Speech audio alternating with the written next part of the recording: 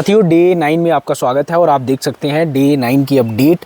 आज हमने नीचे का मैश पूरा कंप्लीट किया। कंप्लीट करने के बाद जो है उसके नीचे कॉलम को प्लेस करने से पहले उसके नीचे कवर ब्लॉक्स आप देख सकते हैं, कवर ब्लॉक लगे हुए हैं। और ये कवर ब्लॉक जो है फुटिंग में 50 mm के कवर ब्लॉक हैं।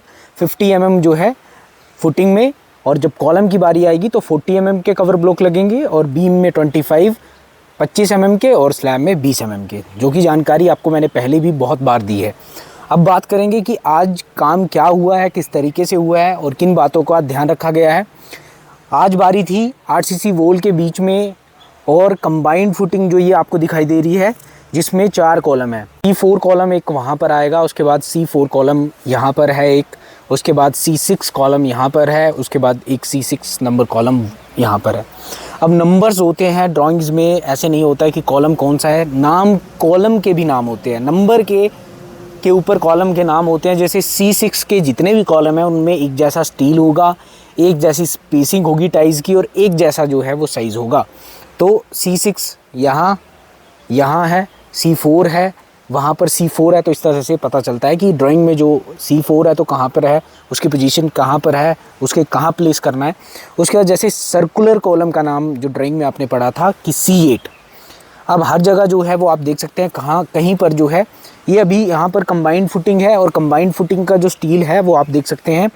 इसकी स्पेसिंग की बात करें, सबसे पहले नीचे वाले मैश की स्पेसिंग है 4 बाय 4 इंच की। अगर हाइट की बात करें तो जो कंक्रीट यहाँ पर आएगी वो आएगी 21 इंच। 21 इंच जो है वो डेप्थ की कंक्रीट इसमें आएगी और डबल मैश। अभी इसके ऊपर एक डबल मैश, एक ऊपरी जाल जो है वो भी आएगा, क्योंकि पहले ऊपर का जाल नहीं बनाते हैं, पहले नीचे का जाल बनाते हैं, उसके बाद कॉलम को प्लेस करते हैं, उसके बाद फिर जो है उसके ऊपर कॉलम को प्लेस करने के बाद दूसरे ऊपर वाला अपर मैश जो है, ऊपर का जाल है, उसे बार बेंडर के द्वारा फिक्स किया जाता है। अब यहाँ पर आप सबसे पहले ये चीज़ें देख लीजिए जो बहुत ही ज़रूरी हैं। अब बहुत सारे लोग नहीं समझते कि ये जो L है, ये जो बैंड लगाया गया है वो क्यों लगाया गया है। कई बार कुछ लोग बहुत ही ज़्यादा लंबा बैंड रख देते हैं या कुछ लोग बहुत ही छोटा रखते हैं। तो साथियों ये इसे टेक्निकल टर्म में कहते हैं डेवलपमेंट लेंथ। ये जो आप देख रहे हैं यहाँ से यहाँ तक, ये है डेवलपमेंट लेंथ। और डेवलपमेंट लेंथ क्या करती है, ऊपर से जो लोड आपका आ रहा है उसे इस तरह से आपकी कंबाइंड फुटिंग है, किसी भी तरह की फुटिंग है, उसमें ट्रांसफ़र करने का काम करती है। तो इसीलिए और कॉलम को पोजीशन में रखने के लिए, उसकी पोजीशन सही रहे उसमें भी हेल्प करती है। तो लोड को डिस्ट्रीब्यूट करने के लिए, ट्रांसफ़र करने के लिए और कॉलम को पोजीशन में रहे अपनी, उसके लिए भी ये हेल्प करती है। तो डेवलपमेंट लेंथ जो है यहाँ पर as per Indian standard code के हिसाब से आप रख सकते हैं, या फिर आपकी स्ट्रक्चरल ड्राइंग में मेंशन होगा। तो स्ट्रक्चर ड्राइंग में जो है वो यहाँ पर 20 इंच मेंशन है, इसलिए हमने इसमें 20 इंच की L प्रोवाइड कर दी है, डेवलपमेंट लेंथ प्रोवाइड कर दी है। अब इसमें और क्या चीज़ें हैं जो ध्यान में आपको रखनी है। एक पूरी की पूरी कंबाइंड फुटिंग है, बीच में आरसीसी वॉल है। अब आपने इंश्योर करना है अपनी साइट्स पर कि टाइज की स्पेसिंग जो है वो सही है या फिर नहीं। तो टाइज में आप देख सकते हैं जो कॉलम में इस तरह के रिंग्स यूज़ किए जाते हैं उसे टेक्निकल टर्म में टाइज कहते हैं, और स्टीरअप में जो इस तरह के बीम में जो रिंग्स होते हैं उन्हें टेक्निकल टर्म में स्टीरअप्स कहते हैं। तो जब टाइज के लिए बोला जाए तो कॉलम के बीच में जो रिंग है उन्हें टाइज, और जब बीम में जो रिंग है उनका नाम स्टीरअप्स है। इस तरह से टेक्निकल टर्म में जाना जाता है। अब इसमें कितने टाइज हैं आप देख सकते हैं कि इसमें जो है वो आपके 3 टाइज हैं। एक बाहर आउटर में है टाई, सारी की सारी बार को टच कर रहा है बाहर की तरफ से जो है। एक सेंटर में इस तरफ से है जो सिर्फ 4 बार को टच कर रहा है, और दूसरी तरफ से देखेंगे एक यहाँ पर है जो 4 बार्स को कर रहा है। 6 लेग्ड टाइज यहाँ पर प्रोवाइड की गई हैं।